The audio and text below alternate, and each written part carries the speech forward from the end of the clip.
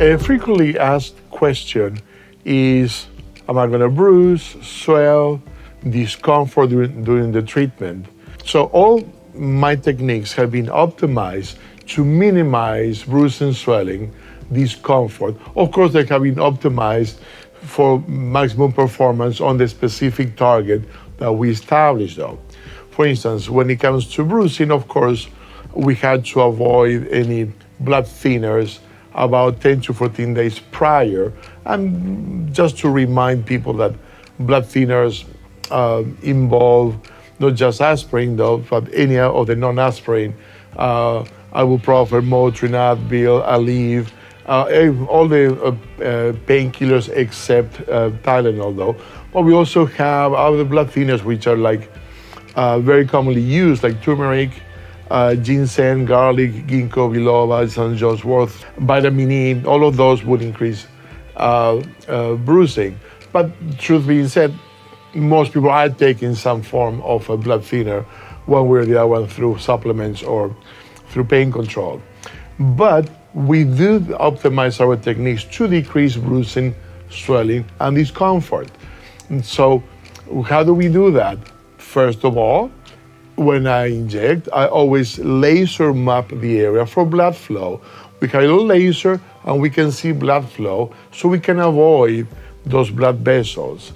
Second, when possible, we use cannulas, which are a way to inject without a needle, so it's a lot less traumatizing to the tissue, and obviously will produce a lot less bruising.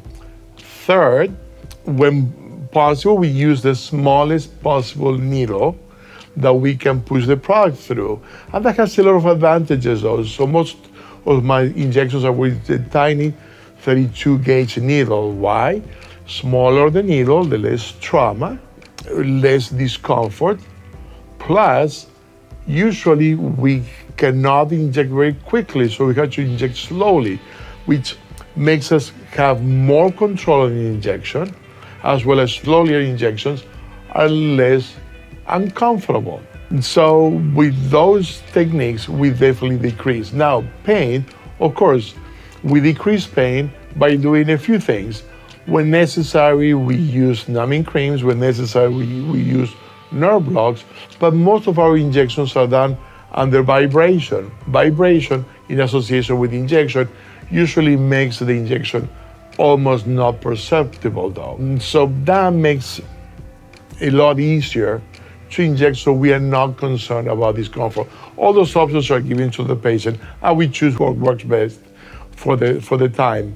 Swelling, again, we try to decrease the trauma to the area we're injecting. We try not to inject too much at once. So, and if I know that it's similar combination, let's say we do temples and cheeks at the same time, those combinations tend to swell more than we do either one alone. So if that's the case, then we tell the patient, listen, you can have some swelling, would that be okay?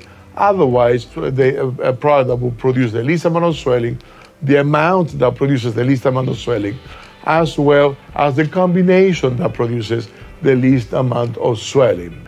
So in summary, my approach to fillers is based on the following parameters. Number one, I follow the patient's anatomy. I don't try to change it, just try to replenish the areas that lost volume.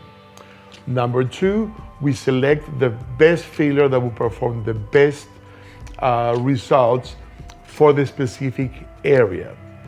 Three, we have optimized our techniques to improve outcomes, but also to minimize downtime.